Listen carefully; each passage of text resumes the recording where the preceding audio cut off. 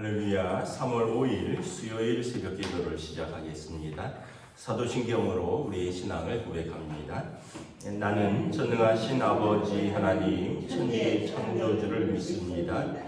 나는 그의 유일하신 아들 우리 주 예수 그리스도를 믿습니다.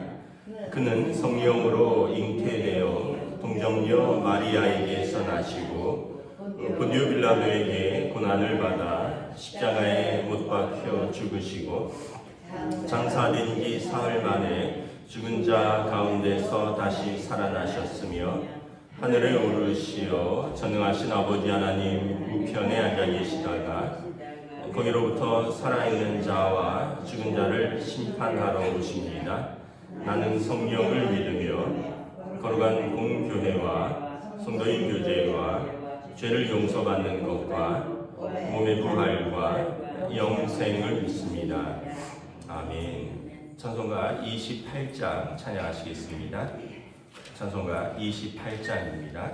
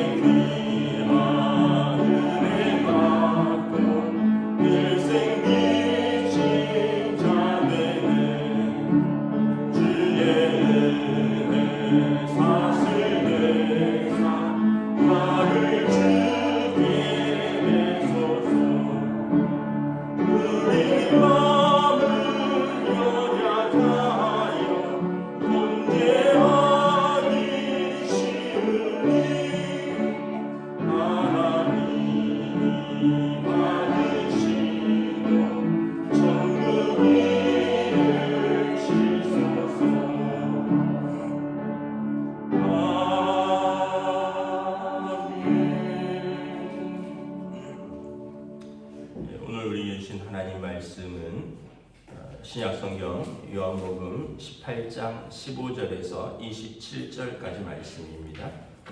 요한복음 18장 15절에서 27절까지 말씀입니다. 다 찾으신 줄 알고 저 여러분들이 한 절씩 교독하겠습니다.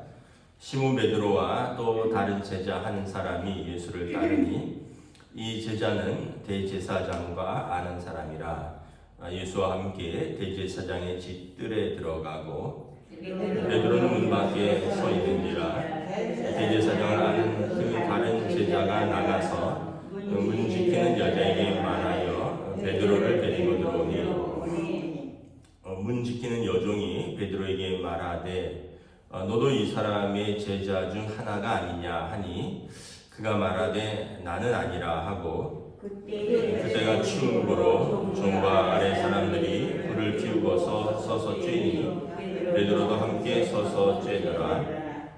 대제사장이 예수에게 그의 제자들과 그의 교훈에 대하여 물으니 예수께서 대답하시되 내가 들어낸 곳 세상이 말하였노라. 모든 유대인들이 모이는 회당과 성전에서 항상 가르쳤고 은밀하게는 아무것도 말하지 아니하였거늘 어찌하여 내게 묻느냐? 내가 무슨 말을 하였는지 들은 자들에게 물어보라. 그들이 내가 하던 말을 아느니라. 이 말씀을 하시매 곁에 섰던 아랫 사람 하나가 손으로 예수를 쳐 이르되 내가 대제사장에게 이같이 대답하느냐 하니 예수께서 대답하시되 내가 말을 잘못하였으면 그 잘못한 것을 증언하라. 바른 말을 하였으면 내가 어찌하여 나를 치느냐 하시더라. 안나스가 예수를 결박한 그대로 대제사장 가야바에게 보내느냐. 시몬 베드로가 서서 불을 쬐더니 사람들이 묻되 너도 그 제자 중 하나가 아니냐. 베드로가 부인하여 이르되 나는 아니라 하니 대제사장의 중 하나는 베드로에게 귀를 잘린 사람의 친척이라. 이르되 내가 그 사람들과 함께 동산에 있는 것을 내가 보지 아니하였느냐. 함께 읽습니다. 이에 또 베드로가 부인하니 닭이 울더라. 아멘. 할렐루야. 네, 오늘 새날이 시작되었습니다. 하나님께서 은혜와 평강으로 함께해 주시기를 축복합니다.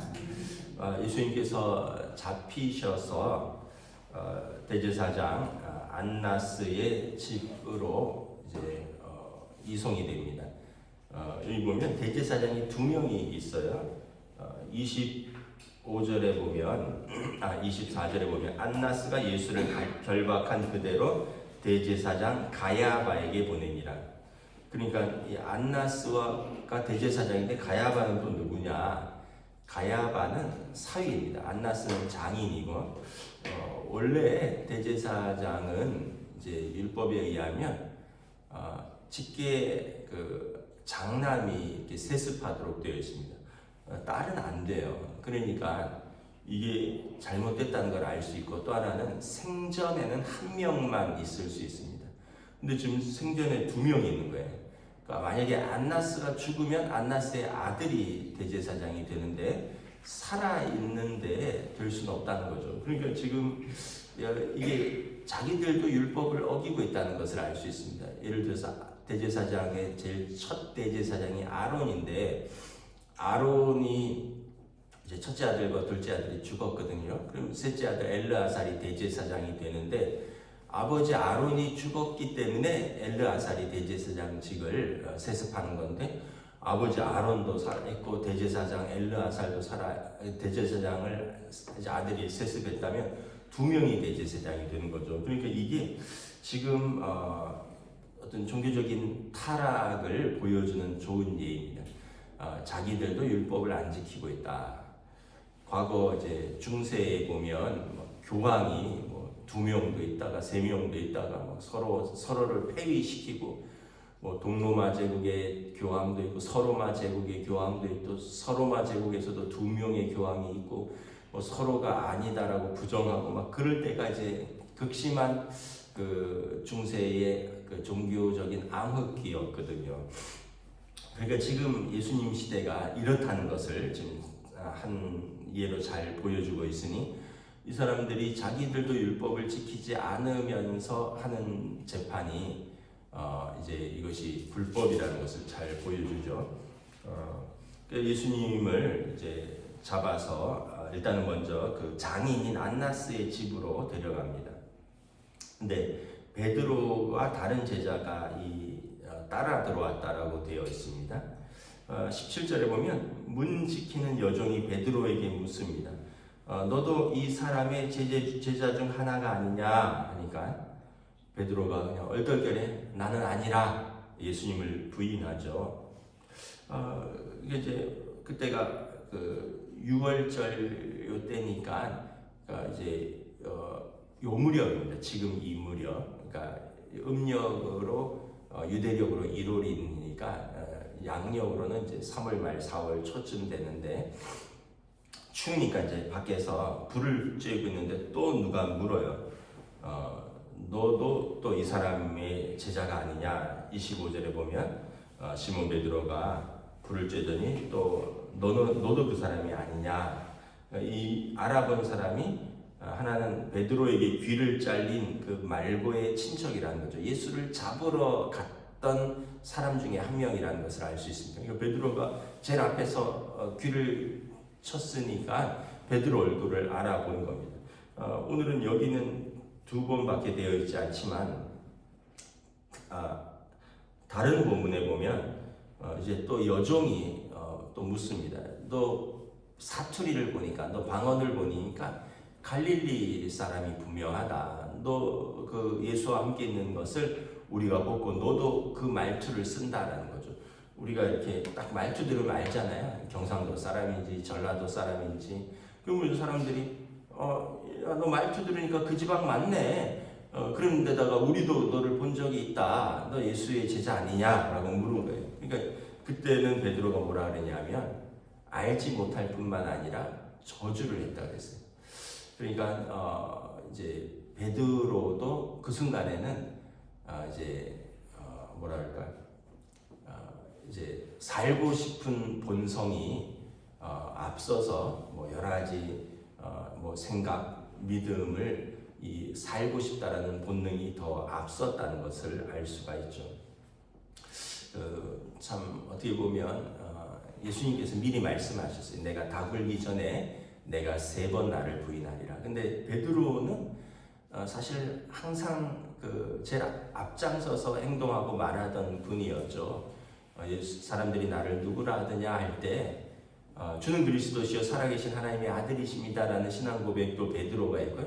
예수님께서 이 신앙 고백 위에 나의 교회를 세우겠다 이렇게 칭찬하셨고, 또 오병이어 사건 이후에 사람들이 막 다 예수님을 떠날 때 사람들이 말씀이 어렵도다 하면서 떠났어요. 그러니까 예수님께서 너희들도 가려느냐 할 때 베드로가 생명의 말씀이 여기 있사오매 우리가 어디로 가겠나이까 이렇게 말을 했던 예수님에게 큰 위로를 주었던 제자입니다.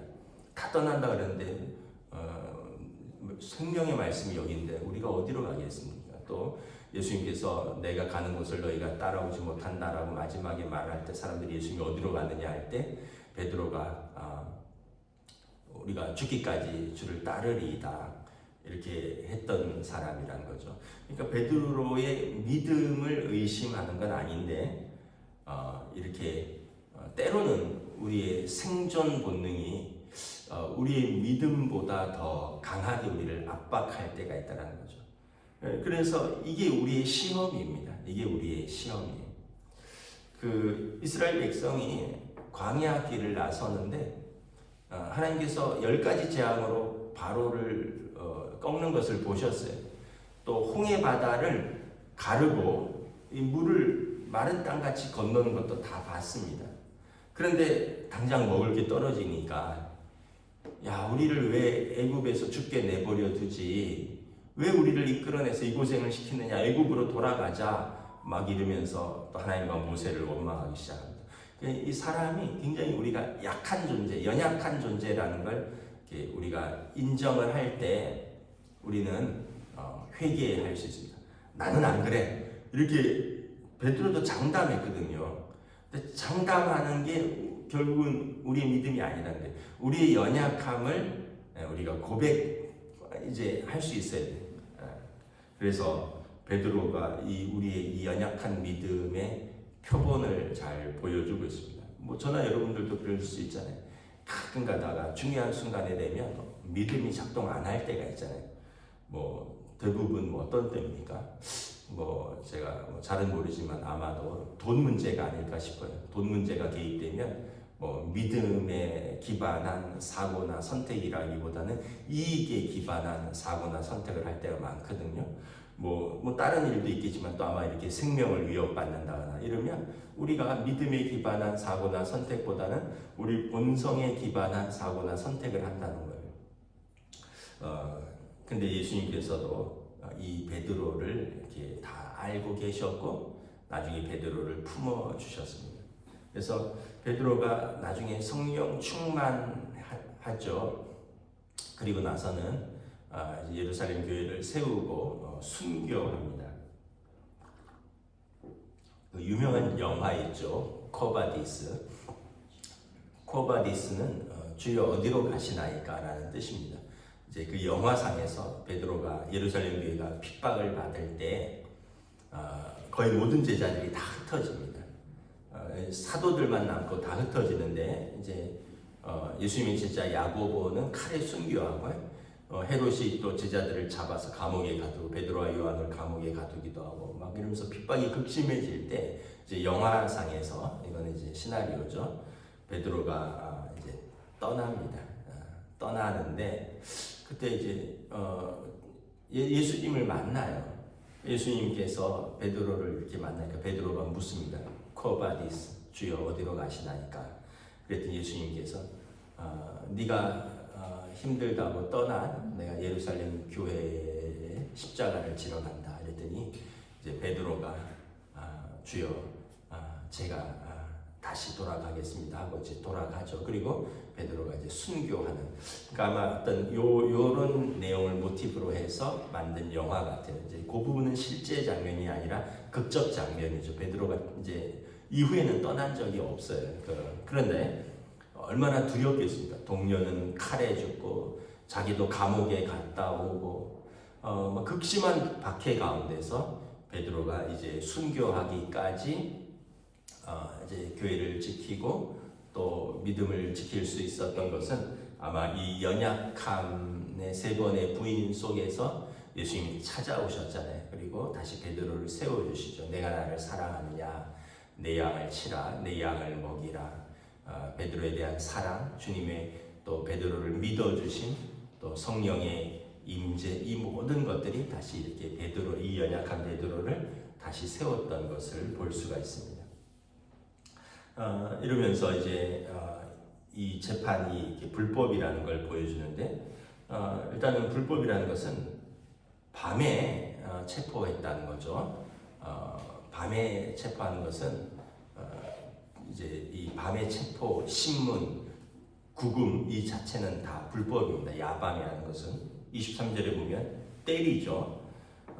그러니까 예수님께서 바른 말했으면 그 말에 대해서, 잘못 말했으면 그 말에 대해서 반박하면 되지 왜 때리느냐, 고문에 해당하는 거예요. 때리는 것은 그러니까 이게 이제 곧 이어서 이제 대제사장 가야바의 집에서 산헤드린 공회가 열립니다.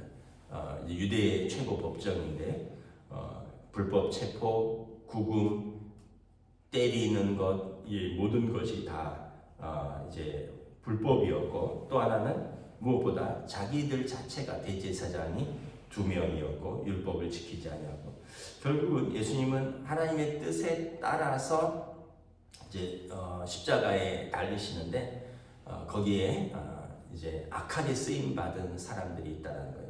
그 이름들이 다 기록되어 있어요. 성경에 뭐 가룟 유다, 대제사장 안나스, 대제사장 가야바, 이 사람들의 이름은 주님 오시는 그날까지 성경에 그대로 기록되어 있고요.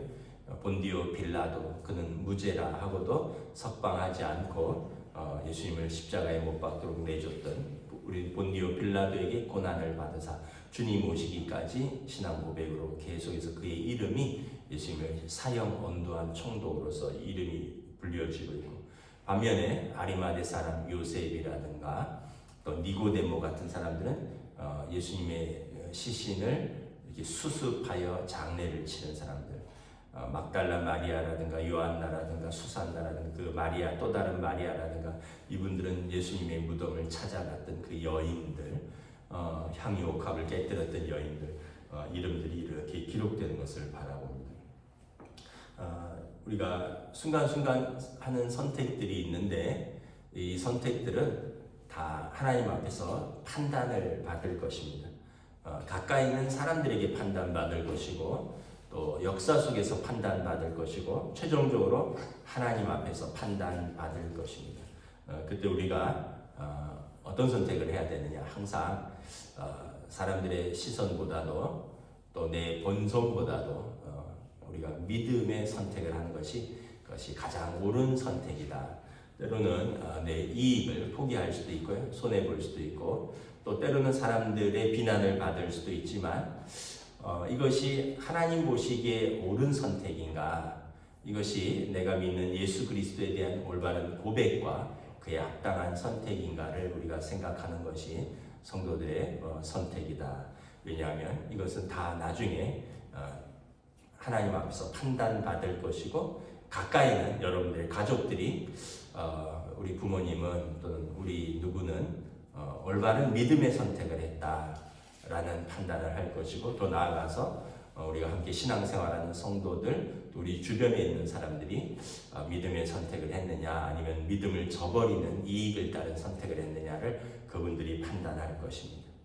무엇보다 두려운 것은 사람들의 판단보다 우리 주님의 판단이겠죠.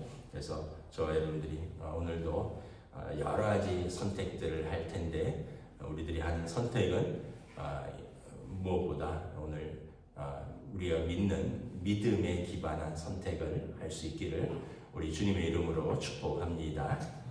기도하겠습니다. 하나님의 은혜를 감사합니다. 오늘 예수님을 체포하고 대제사장 안나스와 대제사장 가야바의 집을 왔다 갔다 하면서 밤새도록 예수님이 신문을 당하시고 또 결국은 종교적인 사형을 언도받습니다. 그 와중에서 또 베드로는 예수님을 알지 못한다라고 또 3번이나 부인하는 것을 볼 수 있습니다.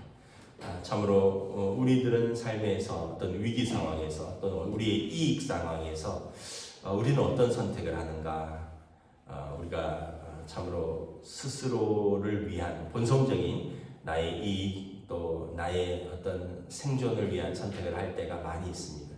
그러나 이것들이 어떤 결국은 때로는 믿음을 저버린 선택이고 때로는 이것이 불법적인 선택일 때가 있다는 것을 성경은 보여주고 있습니다.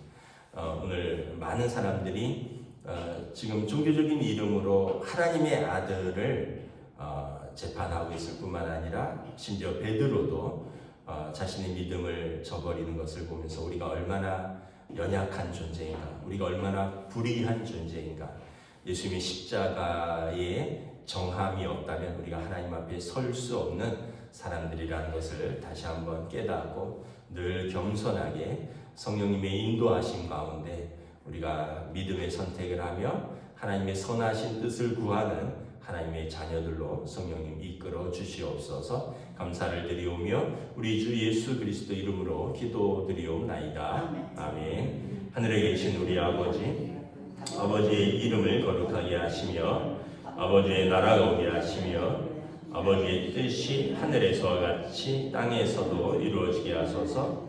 오늘 우리 일용할 양식을 주시고 우리가 우리에게 잘못한 사람을 용서하여 준 것 같이 우리 죄를 용서하여 주시고 우리를 시험에 빠지지 않게 하시고 악에서 구하소서.